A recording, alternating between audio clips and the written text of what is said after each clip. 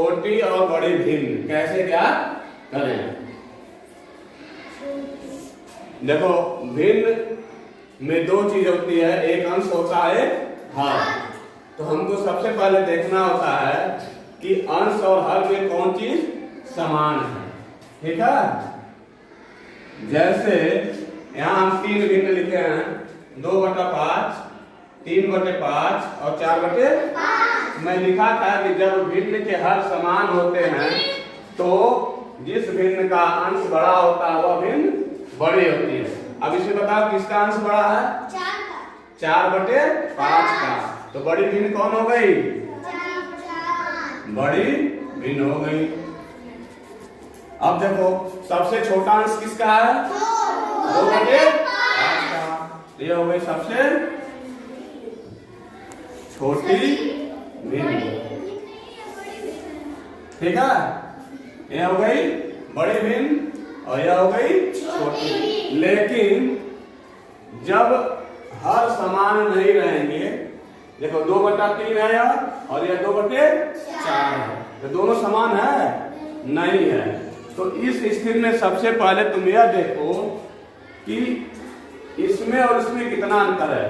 यह 2 है और यह 3 है, 1 का अंतर है ना?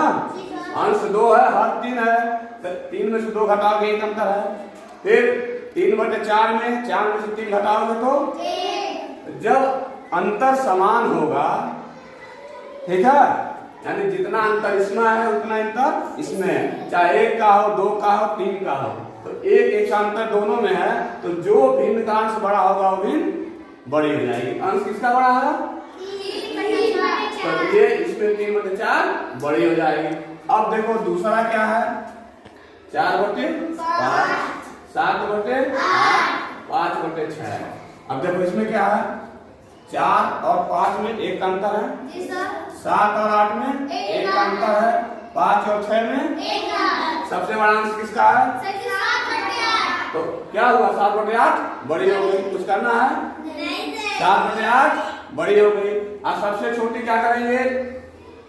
सबसे छोटा अंश 4/5, ये सीधे कर दोगे कि यह हो गई सबसे बड़ी।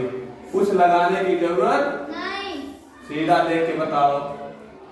और छोटी तुम्हारी यह हो गई छोटी। अब देखो भिन्न में 2 ही चीज होती है, या तो बड़ी होगी या तो छोटी होगी। दूसरा, अब देखो इसमें क्या है? 6/8, 7/9 और 9/11। देखो 6/8 में कितने का अंतर है? 2 का अंतर। 7/9 में कितने का अंतर है? 2 का अंतर। लेकिन 9/11 में कितने का अंतर है? 2 का अंतर। अब बताओ इसमें कौन सबसे बड़ी भिन्न हुई? 9/11। क्यों? कि 9/11 का अंश बड़ा है, इसलिए भिन्न बड़ी हो गई।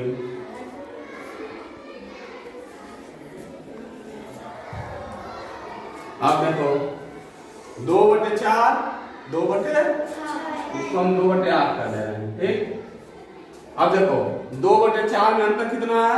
2 का, और 2/8 में अंतर 6 का अंतर है। तो इसमें बराबर अंतर नहीं है, तो इसको हम कैसे लगाएंगे? इसको लगाने की दूसरी विधि है। देखो 2/4, फिर कितना है? 2/8। इसको मान हम 3/8 कर दे रहे हैं, 3/8।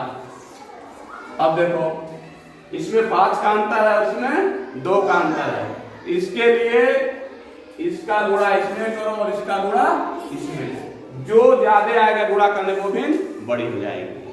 8 दूना 4 तिहाई, तो ए आया 16, ए आया 12।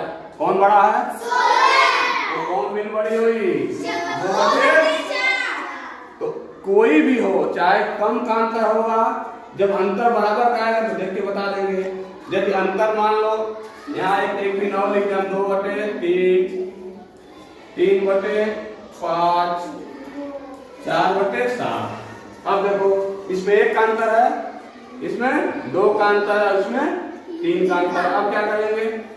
सबसे पहले देखो इसमें सबसे कम अंतर है, इसमें एक का अंतर है ना, इसमें 2 का और इसमें 3 का। तो जिस भिन्न में सबसे कम अंतर होता है वो भिन्न बड़ी होती है। 100 को इसे बता दिए सबसे बड़ी होती है, और चाहे ऐसे गुणा करो इसमें 5 दूना 10, 3 त्रिका 9, कौन बड़ी हुई 2/3।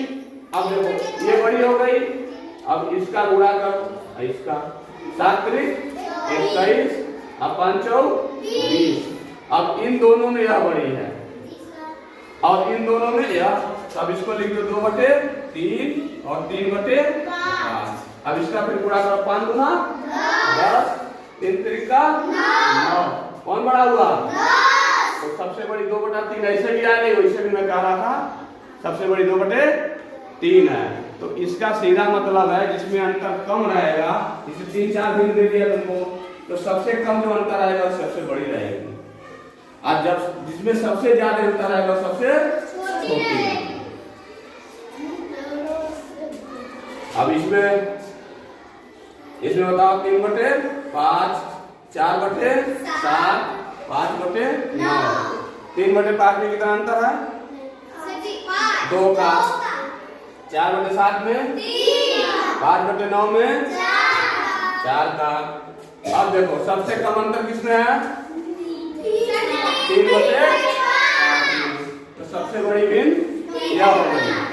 उससे भी लगा के देख लो 7 त्रिक 21, 5 चौक 20। अब इन दोनों में सबसे बड़ी भिन्न कौन हुई 3/5। अब बचा 5/9, 9 त्रिक 27, अब 5/25, कौन बड़ी हुई इसमें 3/5। तो सबसे बड़ी भिन्न क्या हो गई 3/5। और देखो इसका आया था 20, इसका आया था 21, तो सबसे छोटी भिन्न हो गई 5/9। देखो सबसे ज्यादा अंतर इसी में ना, 5/9 में कितने का अंतर है 4 का। तो जिसमें जितना अधिक अंतर रहेगा अंश और हल में वो उतना ही छोटी होगी, और जितना कम अंतर रहेगा वो सबसे बड़ी भिन्न होगी। समझ आया।